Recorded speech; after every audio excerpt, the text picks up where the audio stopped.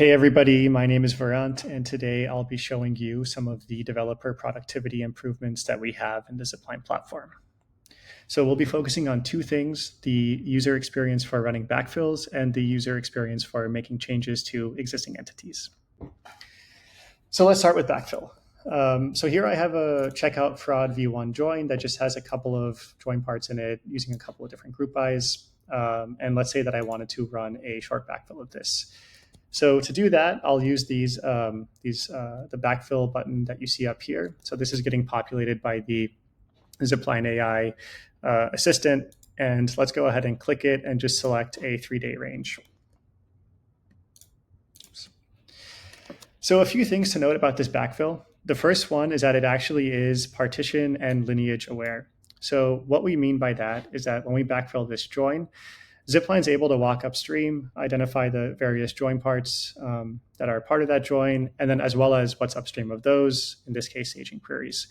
So for any given node that you're trying to backfill or trying to run, Zipline is able to walk upstream all the way to the source and orchestrate the entire chain of backfills required to compute that node.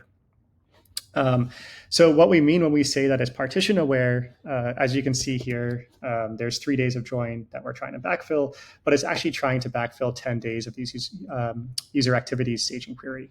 So the reason for that, we can actually see here, if we come back to the code definition, you can see here that there is a 7-day window being defined as part of this group by. So it's saying that, okay, we need 10 days of this to compute 3 days of your join features. The other thing to note about this is that it's modular. So you can see that the join is actually being broken up into smaller pieces, in this case, one piece for each join part, and then those are going to be run in parallel as smaller jobs. So the advantage of orchestrating smaller jobs as opposed to one big application to backfill the entire join is that these jobs are actually far more likely to succeed because they avoid some of the resource-related errors that we get with bigger monolithic backfills. So more likely to succeed, and they actually use far fewer resources. And because we can orchestrate them in parallel, which is what Zipline is doing here, the total wall clock time for running this backfill is a lot less. So basically, you get your data faster and you get it cheaper. The other really big advantage of this is that if there is a bottleneck or some sort of failure in this pipeline, it's a lot easier to see what's going wrong and to debug it with the Zipline UI. So you can actually click here and you can see logs, but also if there is a slowdown in one of these pipelines, or if one of these are holding up along backfill, it becomes really easy to spot where that is, and you can sort of allocate more resources more surgically and address problems like that far more easily. Okay, so while this runs, let's come back and take a look at the workflow for iterating on a definition like this. So this was the checkout fraud v1 join, but let's say that we want to make a v2 of this, which we have here. So let's say that we make this a v2, and as you can see in v2, we're using the user activities v2 features. So we used user activities v1 and fraud v1, and now let's say we're moving to user activities v2. And this could be any sort of change. In this case, what we're doing is we're migrating to a new source. So, for example, maybe the team that owns this PubSub topic, or it could be a Kafka topic, or even a table is asking us to migrate to the new source. So we want to make a new version of this and validate it.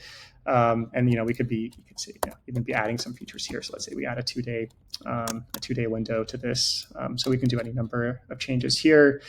Generally, the first thing we're going to want to do is just validate that, hey, what we wrote here, like, is it valid? Will it run? If we run a long backfill on it, will that backfill succeed? And that's where eval is really helpful. So what eval is going to do is it's going to, again, walk your whole pipeline. And so in this case, it's going to read the source, and it's going to infer your output schema based on the transformations that you defined. So you can see here we have our new windows and our outputs. So what's nice about this is that if something were wrong, like if a table were misspelled or if a column was misspelled, so let's actually do that here. Eval is going to quickly catch this for us. So it's going to say that, hey, this is not a valid definition because you have this bad column. So let's undo that, and I'll show you another example of this. So, like, let's say that we got the column correct. But we forgot to do this transformation. We forgot to turn the string into an int. And we try to run our pipeline, which includes some aggregation. It's going to give me a different message now. It's going to say, hey, this is invalid because you're trying to create a sum aggregator over a string type, which doesn't make sense. And again, eval is also lineage aware. So if I come down here and I try to run eval for this join at this point, it's going to give me a similar error. It's going to say, hey, this is invalid because upstream of this join, you have this group by, and that has this issue with it. So let's fix that now. We'll come back up here, undo this, come back here and run eval. And now we're going to see the output schema for this join, and it's going to include the new v2 user activities features, as well as the listing features that we have here. So next we can run a backfill of this, and let's just make sure that this backfill is chugging along, and that's great. So now let's run a backfill of fraud v2. So at this point, fraud v1 could be in production, this could be running daily jobs, and this could be here on my developer branch. So this is my dev variant migrating to user activities v2 branch, and I can safely run a backfill of this without interfering with anything that's in production. And so the first thing that you're going to note here is that a lot of this is already green. So in this case, the all these listing level features that we had already computed or that were already computed are not being recomputed. And what Zipline is doing here is essentially doing a semantic hash of the entire pipeline that computes the listing level the listing v1 features that we're trying to compute as part of this job. And what it's saying is that, hey, at every column level, at every feature level, the entire pipeline that we're trying to backfill here has already been backfilled by a previous job, and we actually don't need to do any work here. We can just reuse those features.